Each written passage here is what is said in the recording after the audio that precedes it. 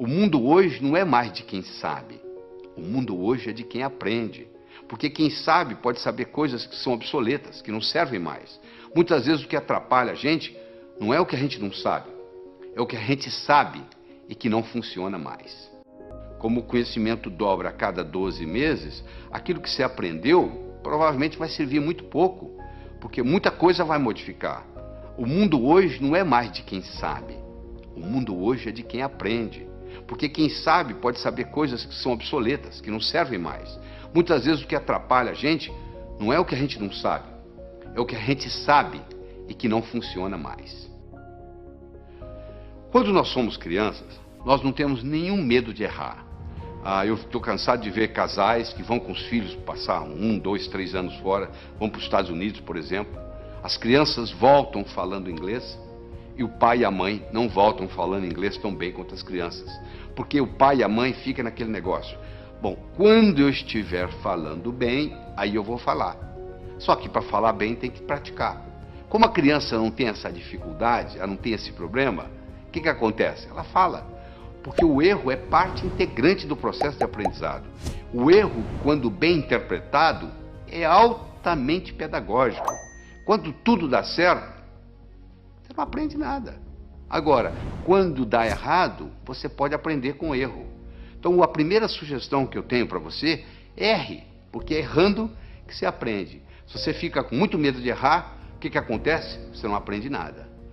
Existem pessoas que se fecham totalmente. Elas acham que já passou o tempo de escola, que agora não precisa aprender mais nada, que o que ela aprendeu é o suficiente para o resto da vida, o que não é verdade.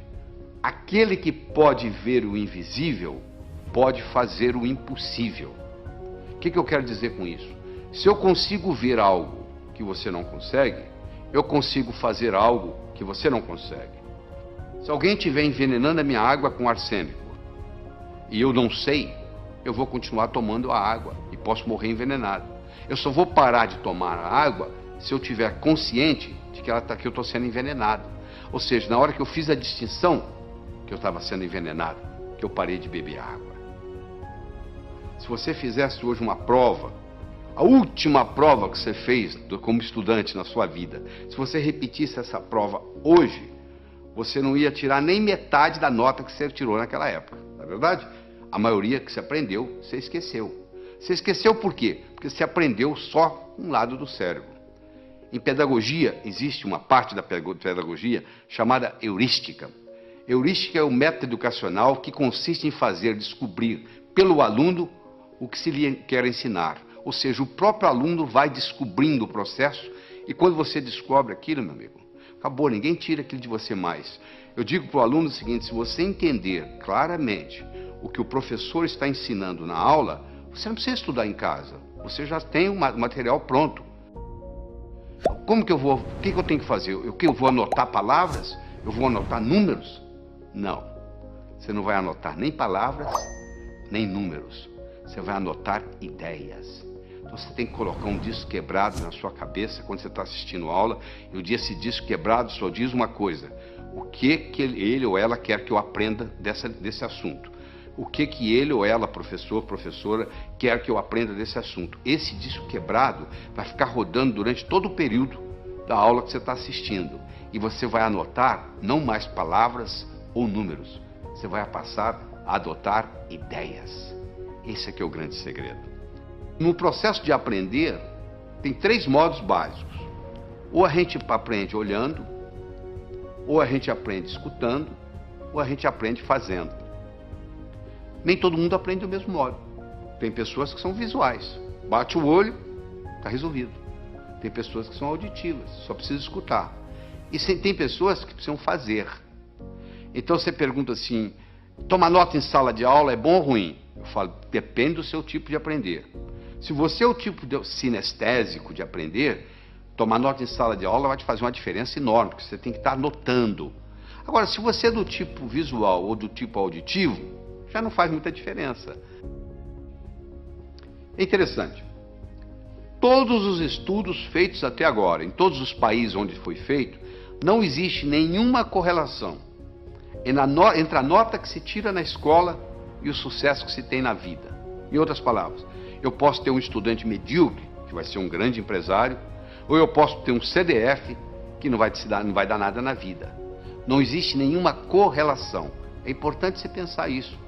Por que não existe uma correlação? O Dr. Hicks fez isso nos Estados Unidos e provou que não havia nenhuma correlação, e outros repetiram esses estudos no mundo todo. Por que não existe? Porque talvez a escola esteja ensinando coisas que não têm muita aplicabilidade. Eu digo sempre o seguinte: às vezes o que cai na prova não cai na vida. Quer dizer, você estuda aquilo de uma forma para passar, fazer na prova, e depois não tem nenhuma aplicabilidade na vida. O homem não constrói fora de si nada que não tenha dentro de si. Se eu não tiver um conhecimento pragmático para executar, às vezes o conhecimento que eu tenho ele é abstrato, ele é um conhecimento do pescoço para cima, ele não tem muito impacto na minha vida. Tem muita gente querendo ganhar dinheiro, sabe ganhar dinheiro, mas não surge a oportunidade. Então o nosso desempenho, ele vai depender da nossa motivação, ele vai depender da nossa competência, ele vai depender da nossa oportunidade. A motivação é o querer, a competência é o saber, e a oportunidade, no caso aqui, é o cabo de aço. Então você, para ser um bom estudante, você tem que estar motivado. Só motivado não adianta. Tem muita gente motivada, mas desmotiva logo, porque não tem a estratégia, não tem a competência de desenvolver o processo. Eu já vi muita gente estragar a vida por causa de uma boa ideia. Se eu tiver uma boa ideia, mas não tiver um modelo por trás, é um desastre. Então, a melhor definição que eu conheço de educação é a seguinte: educação é aquilo que fica depois que você esqueceu tudo que você aprendeu. O que fica? Ficam modelos. Todo ser humano tem um impulso para crescer. Faz parte do espírito humano.